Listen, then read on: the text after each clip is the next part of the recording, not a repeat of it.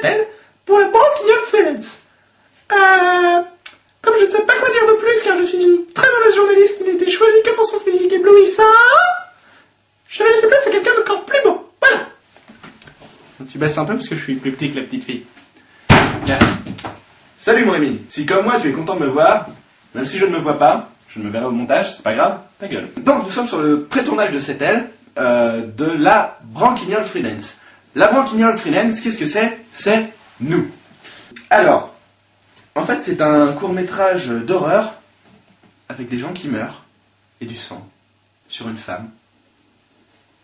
Une femme qui peut-être sera nue, qui peut-être ne le sera pas.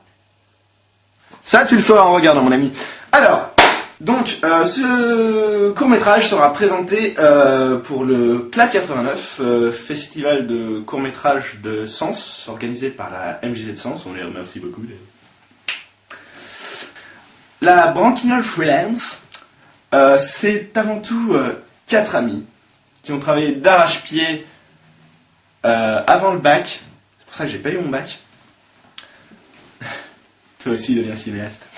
On a travaillé sur un moyen métrage de 40 minutes, que vous avez peut-être vu puisque ça a quand même eu un certain succès, qui s'appelait « On fera mieux la prochaine fois ». Court métrage médiéval fantastique humoristique, tourné en 5 jours, monté en 2 semaines, donc pourri. Hein. Cela dit, va le regarder, il est génial. À cause, vous savez, les études, tout ça, il y a des gens qui partent, des gens qui restent parce qu'ils adorent mon corps. Nous avons tourné Hugs, un court-métrage parodie horrifique, humoristique donc, puisque parodie. Mais comme tu es quelqu'un d'intelligent, cher téléspectateur, tu l'as tout de suite compris. Donc court-métrage avec de l'action, du suspense, des gens qui font des câlins. Ça fait peur.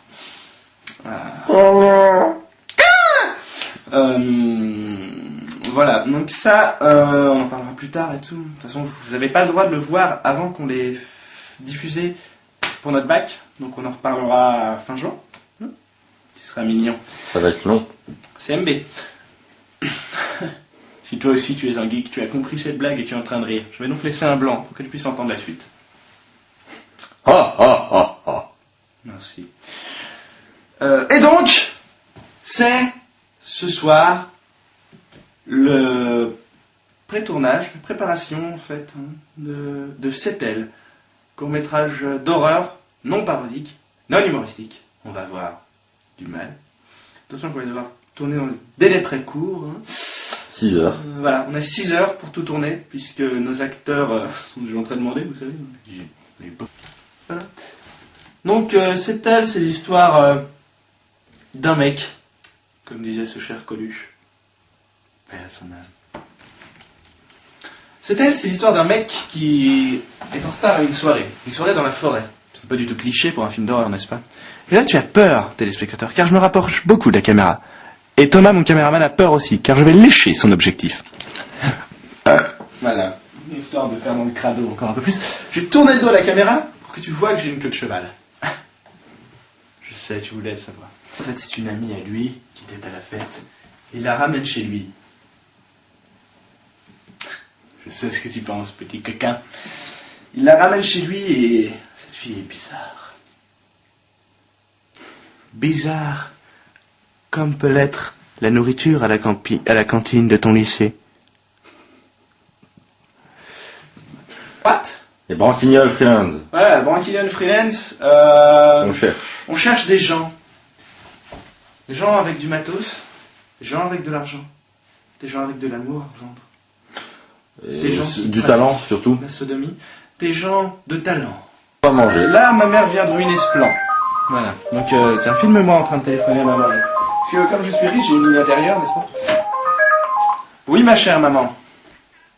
Oui, ma chère maman. Au revoir, ma chère maman. N'insiste pas. C'est pas grave. Donc on cherche des gens. Si tu as du talent, si tu habites près de chez nous, enfin, encore que. Sur 3 surtout. Sur 3, car l'année prochaine, il y a de fortes chances que nous soyons sur 3. Enfin... À 2. À 2, à 3. Je sais, c'est illogique. Le monde est illogique. Des gens meurent de faim en Afrique, alors qu'ils ont des singes. N'est-ce pas illogique?